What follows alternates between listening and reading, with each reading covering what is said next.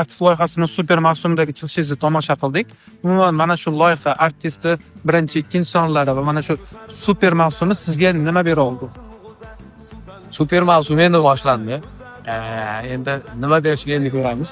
Lekin bundan oldingi qatnashgan artistlar xalqimizda hurmat e'tibor berdi. Ya'ni endi avvalo sababchi. Lekin mana shu artist loyihasi orqali shu barchasiga erishdik. Ijodkorlarni yana bir joyga yig'ib, o'sha bir-biridan zo'r bo'lish uchun zo'r o'ylangan narsa. Mana uchun hammasi kuchli, mana uchun hammasi o'zining muxlislariga ega, hammasini o'sha o'zining ovozini, tembrlari zo'r misol uchun qalbga yo'nalish haqi. O'zingizni qanchalik mana shu super mavsum va mana shu sahnaga mos hisoblaysiz? Endi shu mavsum davomida ko'ramiz. Men tayyorlagan narsalarim hozircha mualliflik qo'shiqlar bilan xudo xolasa ko'rinish beramiz muxlislarimizga. Xudo xolasa menimcha tayyormiz. O'zingizni ijodkor sifatida ta'riflaganingizda 3 ta so'z bilan. Bu so'z qaysidir bo'ladi? Omadli. Mayli, hamma aytadi iqtidorli. Uchinchisi muomalali.